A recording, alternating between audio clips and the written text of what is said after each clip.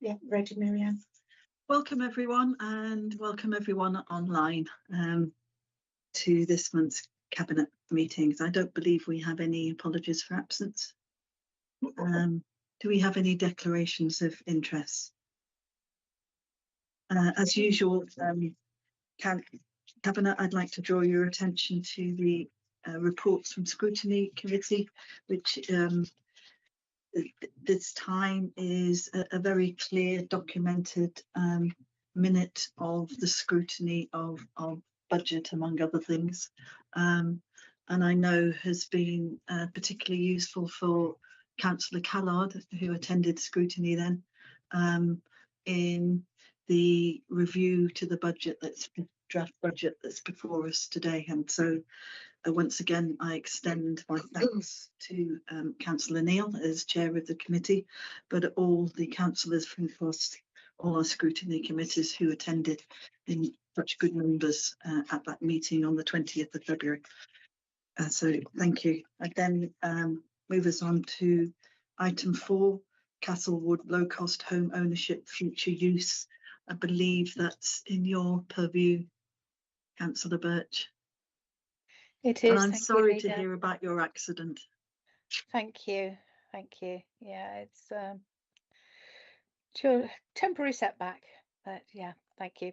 So as everyone is aware, we're making every effort to increase the stock of affordable housing in the county, which includes opportunities for low-cost home ownership. And in this case, as set out in the report, we have an existing low-cost home ownership property in Usk, where the resident needs to move on. And these properties were built under a previous 1990s scheme, which provides for equity to be shared between the homeowner and the council, preserving the opportunity for people with ties to the local area who are unable to purchase on the open market to secure a home. So today I'm asking Cabinet to approve the council's purchase of the residents' equity share and to approve refurbishment of the property, ready for either remarketing to people who qualify for the shared equity offer or for use for temporary housing for households in need. The purchase will be funded using previous shared equity receipts. So I'm pleased to say that whilst this report has been in preparation, we now have a qualifying purchaser identified. So the report has been brought forward today in the nature of a contingency plan. So approval today will enable the current owner to move on and to ensure that we retain this as a low-cost home ownership property for the future. Thanks, Councillor Birch. A small thing, but actually does make a huge impact to our affordable housing stock across Monmouthshire. Are there any questions? In which case, I'd draw your attention to the recommendations, which were clearly laid out by Councillor Birch, to agree the repurchase, to retain the property in our ownership, to increase the improvement works, and to agree to utilise a proportion of the sale proceeds into those essential works. Do we approve? Thank you.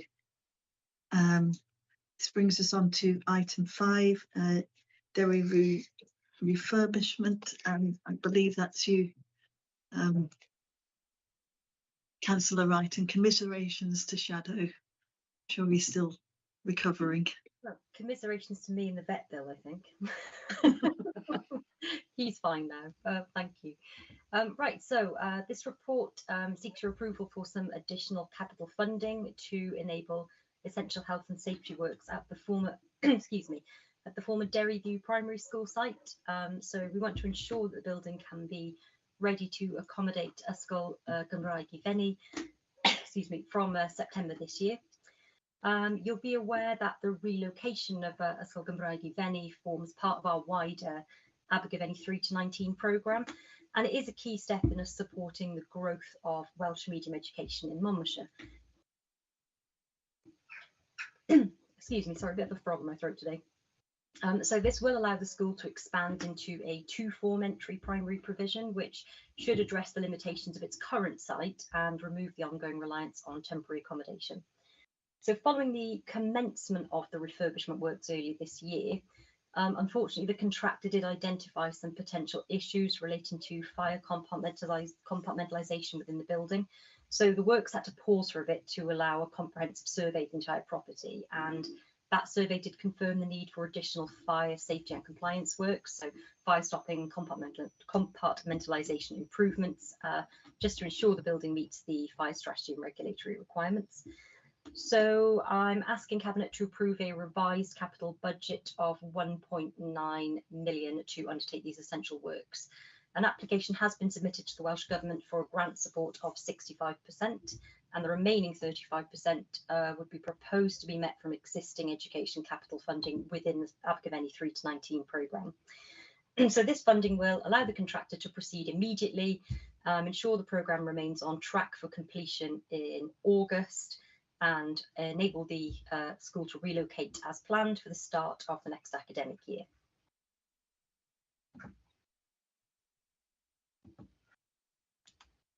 Thanks, Councillor Wright. It is exciting that we're going to have a new-ish refurbished building for a Welsh school. So those improvements are in line with all the aspirations we have, and we're meeting around Welsh language education. So congratulations to the team for getting us to this stage. Do we have any questions? In which case, we are being asked to approve the capital budget of £1,918,096, subject to the grants as laid out by Councillor Wright, and the capital budget environment from the currently unallocated funds within the Abergavenny 3 to 19 programme. So are we agreed with these recommendations? That's agreed.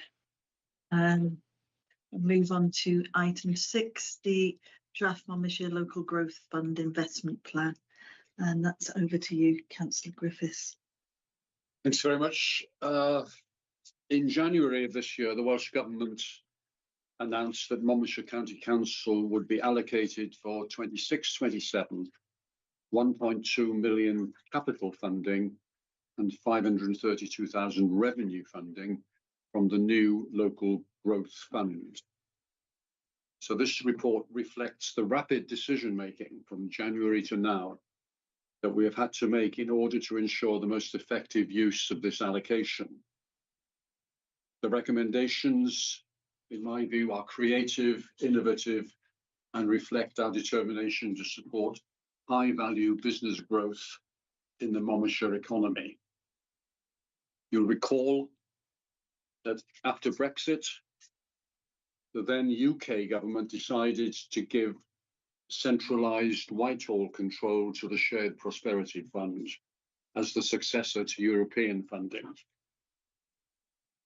The new Local Growth Fund, which is a successor to the Shared Prosperity Fund, will be managed in Wales by Wales, for Wales by the Welsh Government, and I welcome this return to devolution.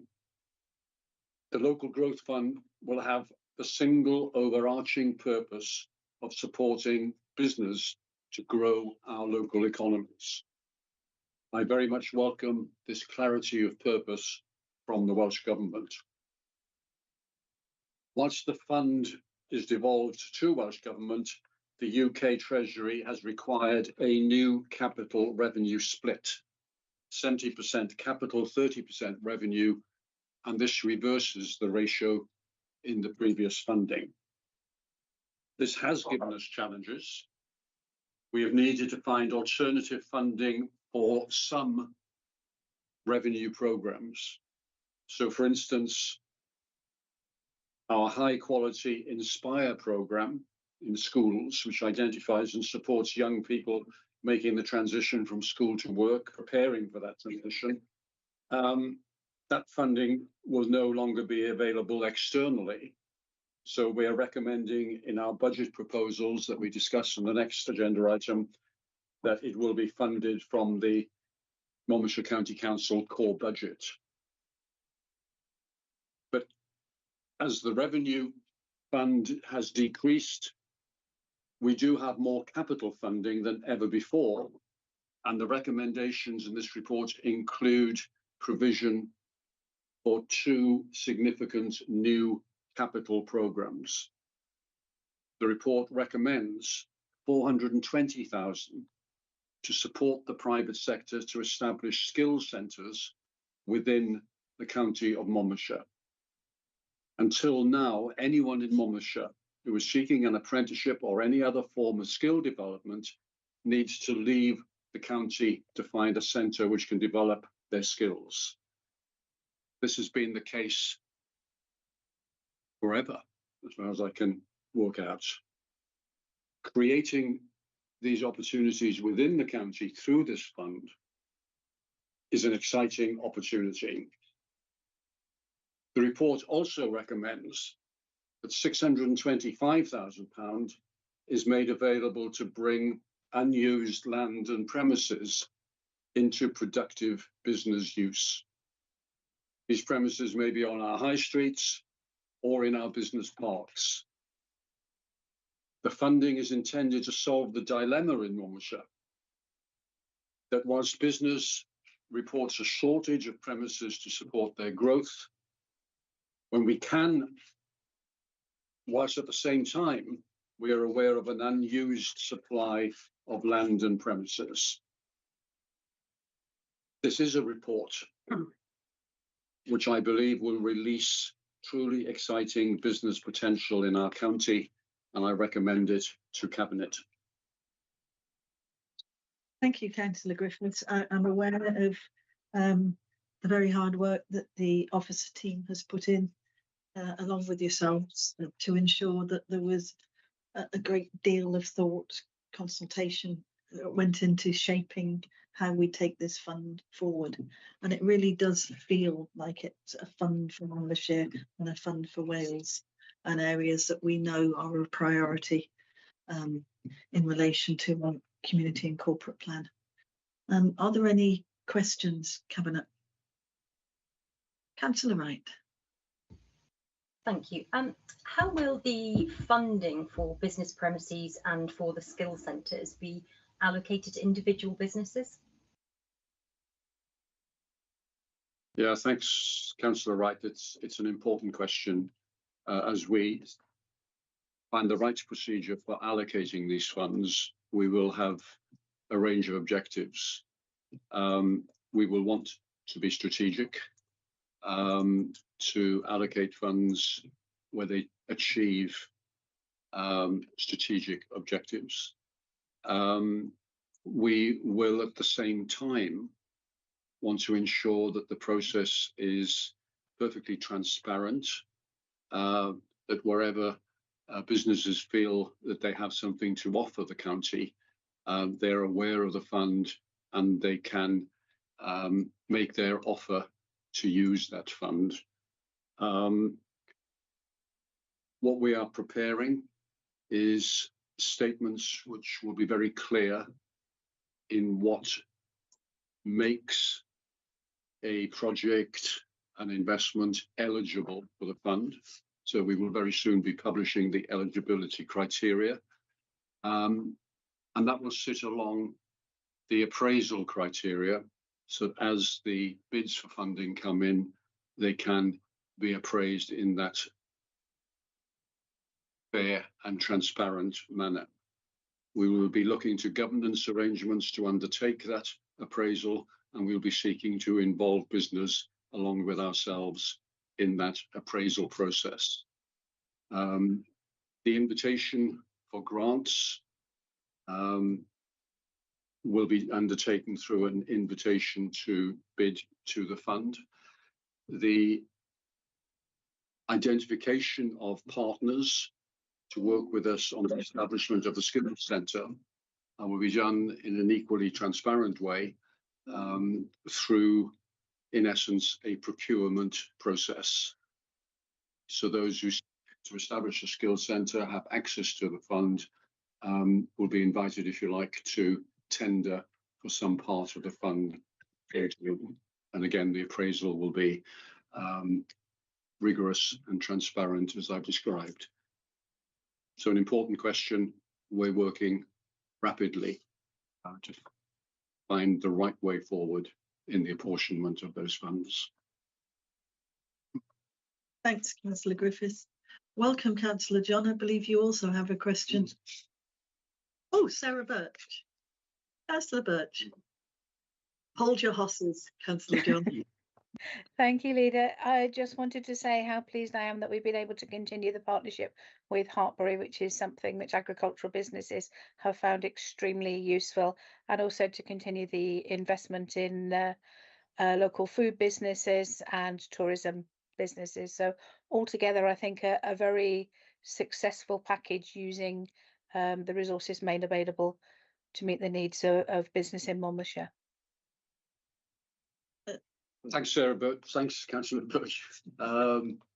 You're right. And whilst the revenue fund has diminished and we've had to seek alternative sources, we have prioritised within existing programmes, and we are recommending that we retain the existing level of funding for the service that Hartpury provides to farm-based businesses. Those of us who've talked to those working out of the livestock premises in Raglan will know how much that is valued. That will continue. Similarly, our support for food-based businesses will continue as well. Thank you. Councillor John, please, your question. Thank you, Leader. Good afternoon, everyone. Leader, first, can I associate myself and my group with your earlier comments? I don't know what accident Councillor Birch has had, but I hope she's okay and on the mend soon. We also send our best wishes to Shadow the dog as well. Moving on to whole new meaning question. to Shadow Cabinet, Councillor John. Right, moving on. Councillor Griffiths, thank you for the report. It's very high on aspiration, but I'm struggling to see the detail in the documents, even in the appendices, on how the council's actually going to deliver on these aspirations to grow our economy, support local businesses and encourage startups. What our businesses really need is action from Welsh Government on business rates. So what reassurance can you provide to businesses in Monmouthshire that this funding is actually going to deliver value for money and support economic growth in the county? Thanks, Councillor John. I wonder how much more detail you'd have been seeking. So I described the continuation of existing successful programmes, in particular in farm businesses, food businesses, as previously described, but I've also stressed with a significant level of detail the new, innovative, I think radical proposals for investment in business premises and in skills centres. These are needs which have never been met before in Monmouthshire. They will be met by this report, if accepted by Cabinet. And I think business will very much welcome these initiatives. We had a meeting only last week with significant employers from across the county, and they were as excited as I am in the potential for these two funds. I'm very pleased that you've raised the issue of the future of business rates. I'm delighted to have the opportunity, therefore, to share information on how Welsh Government is supporting business across Wales in developing a truly Welsh approach to business rates. Through all my dealings in the last few months, I recognise that Monmouthshire businesses are feeling uncertain and vulnerable as they anticipate their business rate demand, which will be arriving in the next few weeks. There are uncertainties. Every 3 years, there is, quite rightly, a re-evaluation of business properties. And every 3 years, there are winners and losers in that process. That creates inevitable uncertainty. Also, businesses know that the COVID relief, if I can call it that, on retail, hospitality and leisure business premises is changing next year, and they're concerned about that. The good news that I want to share is that Welsh Government has been facing up to these uncertainties and has announced and will be introducing new approaches. Specifically, there is a new approach to the multipliers, a new approach which is intended to help smaller retail businesses. This is a creative approach, and I applaud Welsh Government in bringing it forward. The problem that I have, that we all have across the council, is explaining to businesses a new approach to multipliers. It's a complex process, and as Councillor John, as you know, and I hope you can help me explain, the multiplier is that proportion, that multiplier of the rateable value that businesses actually pay each year.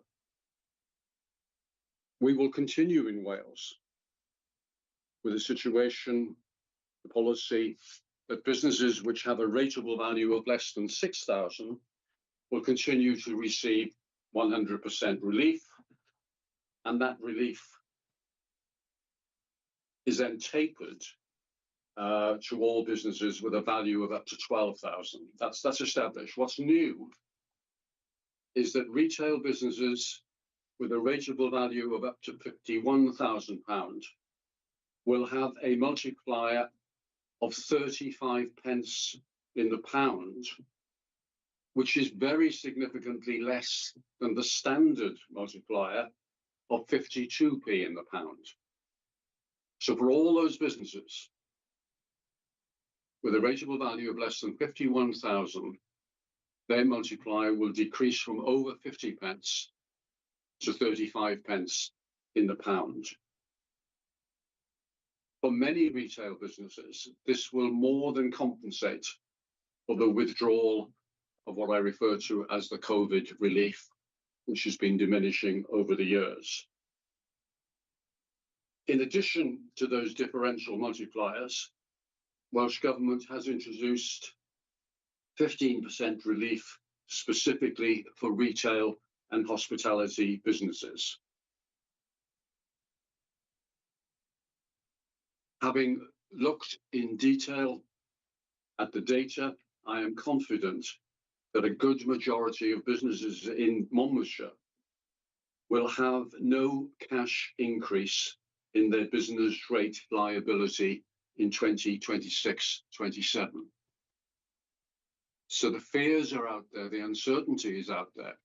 Business confidence suffers when there is that uncertainty. So I hope we can all join together and explain as clearly as possible that a significant part of that uncertainty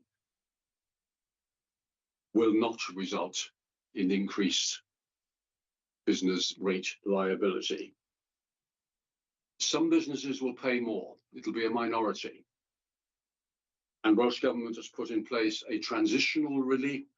So where there are increases in liability of over £500, then that increase will be phased over 3 years. Welsh Government is reforming business rates. I am pleased that it is doing so in a way that encourages small businesses in vibrant high streets. I approve of those changes, specifically the differential multiplier. Where there are businesses which occupy large out-of-town spaces, trading high volumes online, they may find that their business rate liability increases, but their tax to turnover ratio will remain low compared to the high streets themselves. I hope that Councillor John and his group will welcome these changes and will work with me to work through the fears and uncertainties which the business community currently faces. Thank you, Leader. Thank you for that answer. Thank you. Thanks, Councillor Griffiths. Am I right in thinking that we as a council will also support businesses who've got individual concerns or wanting advice around this issue? I invite any businesses as they receive their notice of business rates, and this is a very formal legal process for receiving that notice, that they will have the opportunity, will explain to me in the notice that if they have concerns, if they have questions, they will be able to ask us. We're not the responsible body, we don't decide on business rate liability, but we will do what we can in response to questions to provide answers. I think that's very helpful for all members to know, because I'm sure in our wards we will have businesses who have some concerns or worries.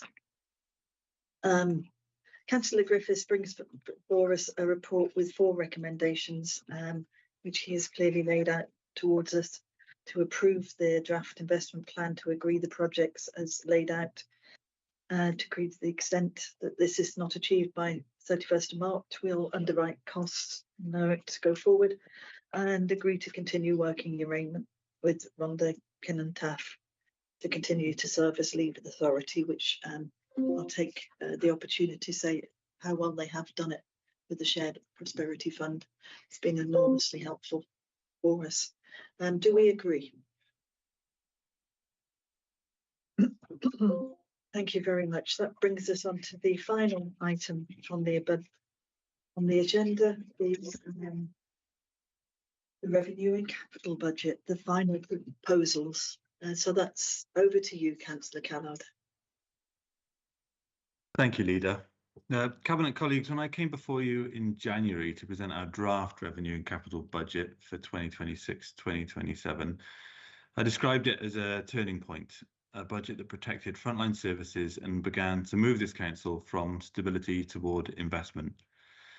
Today, I'm returning to Cabinet to present the final budget proposals, strengthened by consultation, sharpened by scrutiny, and improved through engagement with our residents. It's not simply the same budget brought back for approval, it's a budget that's listened, reflected, and responded to what we've heard. Between the 22nd of January and the 18th of February, we undertook a wide-ranging consultation programme. We held public drop-in sessions across the county, we met with town and community councils, we engaged directly with young people, with the school budget forum, with head teachers and governors, we hosted online Q&A sessions, and we received over 400 survey responses. The feedback was thoughtful, constructive, and in many cases challenging. 4 clear themes emerged. Firstly, broad support for protecting education, social care and community services. Secondly, concern about the level of the proposed council tax increase in the context of ongoing cost of living pressures.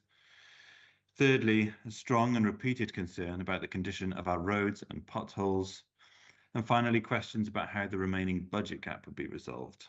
I'll address each of these and explain how they are reflected in the final proposals that I've brought. Residents told us that they understood the financial pressures facing local government. They recognised rising demand in social care and education, and many supported our decision to prioritise those areas. As a result, the final budget maintains and confirms the proposed increases in social care and health of 5.5%, education, learning, skills and economy by 4.6%, place and community wellbeing by 4.3%, and infrastructure by 3.6%. There are no closures of leisure centres, recycling centres, libraries, or community hubs in these proposals for 2026 and 2027. That commitment remains intact. This is important. In an era where many councils nationally are still making reductions, we're protecting services and in key areas strengthening them. In responding to the concerns about council tax, we heard clearly that households are under pressure, but we also heard something else, that residents really value their local services. They want social care to be there when families need it. They want the schools supported. They want the roads repaired, and they want the libraries open. They want their town centres to be clean and safe. Balancing these two realities is not easy. After careful consideration, Cabinet concluded that the proposed 5.95% increase remains necessary to protect frontline services and maintain financial stability. Importantly, since the draft stage of the budget, we've resolved the £973,000 budget gap without introducing additional service reductions or increases in tax. This has been achieved through updated grant information, reduced capital financing costs, and efficiencies identified in final service reviews. When we published the draft budget, I gave my word that this would be the case, and I've kept it. If there was one issue that dominated the consultation, it was the condition of our highways. Residents acknowledged the investment we've already made, but told us it's not gone far enough, and we have listened. In addition to the £5.65 million of capital investment we had already allocated to our highway structures, resurfacing, bridges, rights of way and property maintenance in the draft budget, the final capital programme now includes an additional £2 million over the next 3 years, specifically to accelerate pothole repairs and improve carriageway condition. And this isn't extra cold fill emergency repairs, it's proper hot and sealed patching that will last a considerable amount of time. It's a direct response to the consultation feedback that we receive. It complements the introduction of the new gully cleaning team and street sweeping teams to deliver preventative drainage and visible improvements to our streets. It's what listening looks like. We're not abandoning the long-term strategy, we're strengthening it where residents have spoken clearly. Cabinet, I'll briefly highlight the impact of this budget across each directorate. Within learning skills and economy, we have a second consecutive £1 million increase directly into schools' budgets on top of pay and pension pressure. We're continuing our support for additional learning needs provision and additional social, emotional, mental health provision. We're investing in Welsh medium education. We're continuing funding for the Inspire programme to support young people not in education, employment or training. In social care, we're providing a significant funding uplift to meet rising demand and increasingly complex demand. Continued investment in preventative children's services and foster care recruitment, strengthened adult social care provision, and an above-inflation increase to Citizens Advice Monmouthshire to support residents facing hardship. In infrastructure, we're proposing £5.65 million of capital investment in highway structures, roads, bridges and rights of way. We're also proposing an additional £2 million over the next 3 years, a targeted investment in pothole repairs following the consultation. And we're proposing an additional gully cleaning and street sweeping team for the county. And on top of that, over the next 2 years, a full restoration of the chain bridge between the old Raglan Road and Usk to bring it back to running as 2 lanes. In place and community wellbeing, we're protecting our leisure centres, libraries, recycling centres and community hubs. We're investing further in our libraries and cultural services. We are providing support for cleaner, more attractive town centres through enhanced street scene activity, and we're going to continue our environmental and countryside provision. The final revenue budget for 2026-2027 is a balanced and prudent budget. The capital shortfall at draft stage has been resolved. We've maintained investment in priority services, responded directly to the consultation on highways, closed the revenue gap without any new cuts or increases in tax, and preserved our reserves in line with our financial strategy. This final budget demonstrates something important. Consultation is not a tick box exercise. It matters and it shapes outcomes. Residents have asked us to prioritise roads, so we've increased highways investments. They've asked for clarity on closing the budget gap, and we closed it transparently. They supported protecting schools and social care, and we have maintained those commitments. We can't pretend that the medium-term challenge disappears. Significant pressures remain beyond 2026-2027, but we can enter the new financial year on a strong footing, financially disciplined, strategically focused and responsive to our communities. And I commend this final revenue and capital budget for 2026-2027 to Cabinet. Thank you. Thank you very much, Councillor Gillard. You've made the point very well. I think that we started with a budget which I said at the time was not only a strong budget, it was a growth budget. It was a budget that was about investing in our people and our places and trying to show real impact when you have serious focused intent and you built up to this point over 3 years of hard work. And you've certainly shown that, but you've also shown, and I'd like to thank Councillor Angela Sandals for all she did on the importance of really thinking through how we consult and how we engage, not just through survey. Each year we have strengthened the way we've done it, but we've also reached more groups. And this year we have reached a whole range of people of all ages in all places across our council who have made it clear what's important to us. If I could share a story, earlier this week I received an email from a resident who works across the border in Herefordshire, a very, very angry email about the state of our roads. So I rang her up. I rang her up to talk to her and have a chat about her concerns and what matters to her. By the end of the conversation, she said, "Thank you, Mary Ann," because Councillor Brocklesby is a long term to use. "Thank you, Mary Ann. The budget that you're telling me and what you're telling me that you're doing and the differences you are making has given me hope. And that's what I needed. I know you can't fix potholes overnight, but to know that you have invested and that you have listened to people like me and decided that you're going to put more money in has given me hope that I will see a difference." She also said, "It gives me hope when I know I can pick up the phone and talk to my ward councillor or talk to the leader about what matters to me." And that is because of what you, Councillor Callard, and you, Councillor Sandals, have done in leading the way that we have shaped the budget this year. Thank you. Do we have any questions, Councillor? Councillor Chandler. Yeah, thanks, Leader, and thanks, Councillor Callard. I thought, as I'm responsible for the largest item in the budget, I think I would maybe just expand a little bit on the very clear explanation you gave about where we're going on social care, and because I really want to support this budget because it really does protect that vital care that children and adults across our country rely on, across our county rely on. I mean, it also allows us to continue that essential programme of change that will make our social care system sustainable for years to come.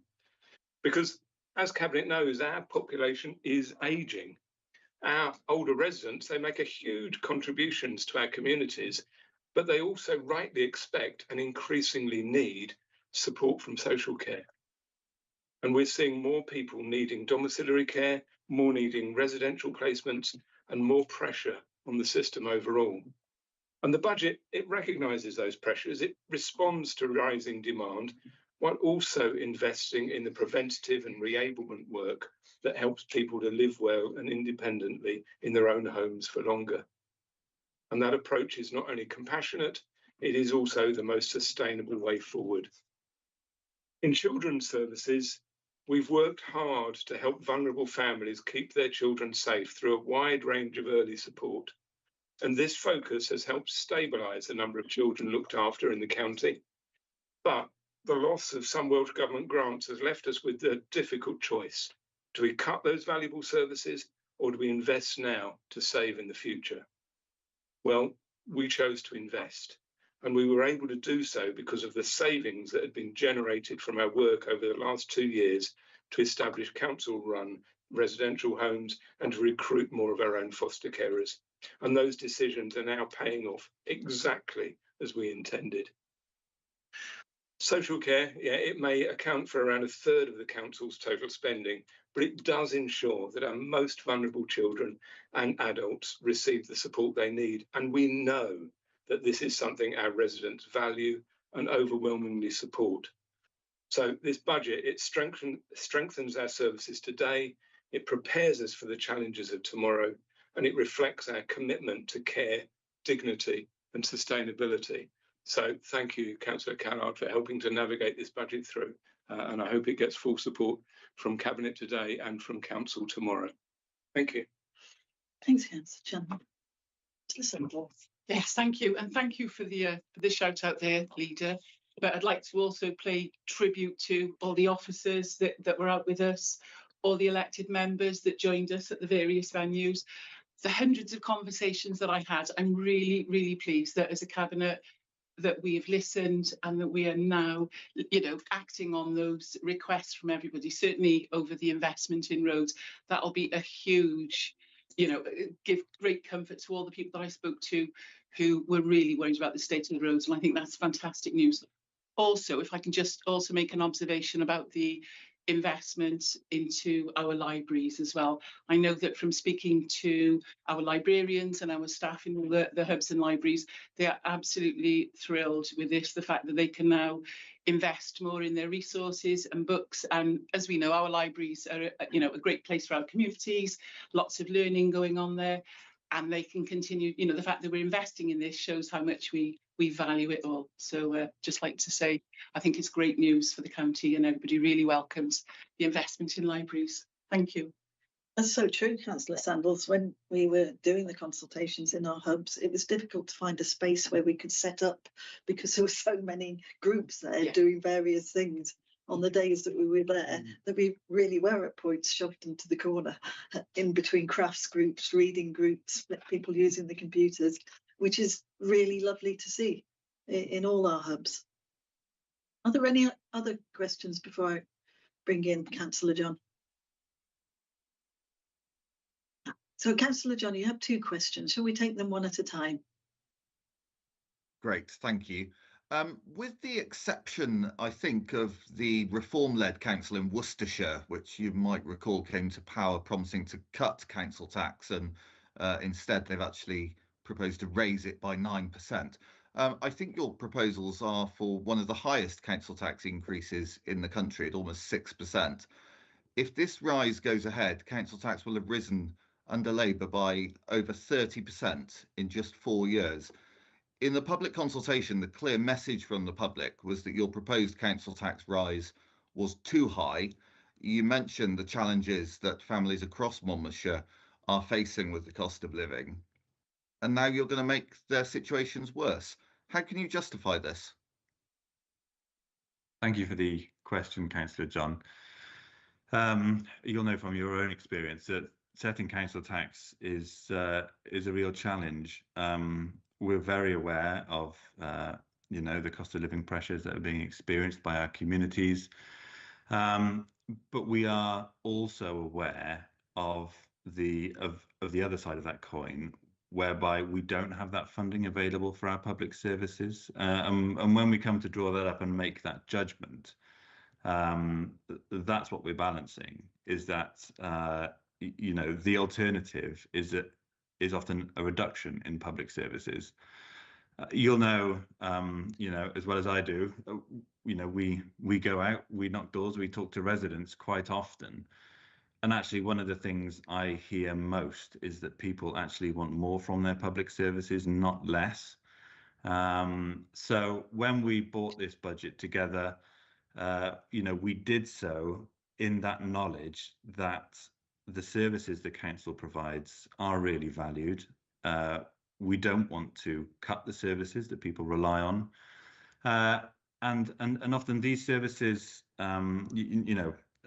if, say, for example, the council tax increase was lower, or it was, or there was no council tax increase, and so we reduced services as a result of that. The services that would be reduced as a result of that, they're not services that people can go out and buy with the money that they have in their pocket as a result of that reduction. Parents can't go out, most parents can't go out and buy an education for their children if they find that their schools are not being funded correctly. Many people can't go out and buy social care, looked after children, the care that we provide those. So if that funding contracts, those services contract, and it's not the balance is not that those people can go out and purchase those services with the money that they may have saved from council tax. Those services are vital and they must continue.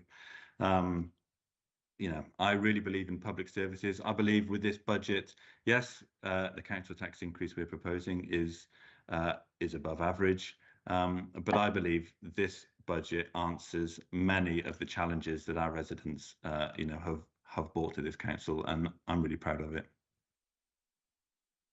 Okay, let's move on to the one of the other big conclusions from the consultation was about concern about the state of Monmouthshire's roads. They have been getting worse under your watch, despite a promise in 2022 that you were going to repair all the potholes. Clearly, we can't continue the current crisis management approach of repairing potholes by short-term quick fixes, chucking in a bit of coal tar in a pothole and rolling over it with a truck. While you're proposing to, and then coming back and having to repair those potholes again just a few weeks later, while you're proposing to increase the budget for road maintenance, don't you accept that the whole approach is wrong and we need to change the way that we fix potholes to a method that's more sustainable, delivers better value for money for taxpayers? I appreciate we're going to have a further debate about this issue tomorrow, but clearly the current approach isn't working, is it? I think thanks for bringing this question, Councillor John, because I know it's a hot topic at the minute. I think it's also worth acknowledging that this, especially January, February, have been particularly difficult all across the UK. It's been one of the wettest Januaries on record. It's the water often on our roads that causes the damage. So obviously the additional investment in gully cleaning and road sweeping teams in this budget will help with, removing water from the surface of our roads. But you're right, we've got a number of different methods by which we repair potholes. Some of them are very temporary. Some of them are cold fill tarmac into a pothole where we have a particularly dangerous situation and it needs to be resolved in a matter of hours because it is a health and safety risk. Now, I completely appreciate that sometimes that can seem counterproductive when what we need is a longer term solution to that damage on the road. But this is, these fixes aren't meant to be permanent. They are meant to solve a particular dangerous situation.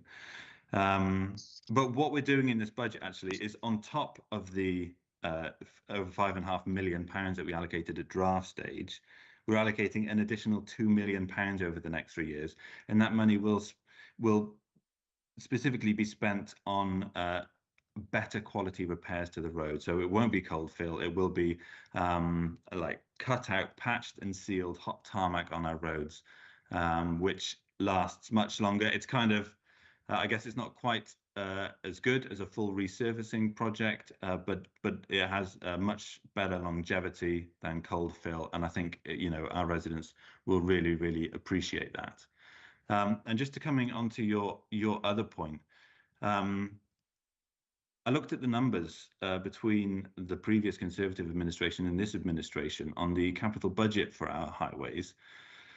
In the last administration, it averaged just over £4 million a year.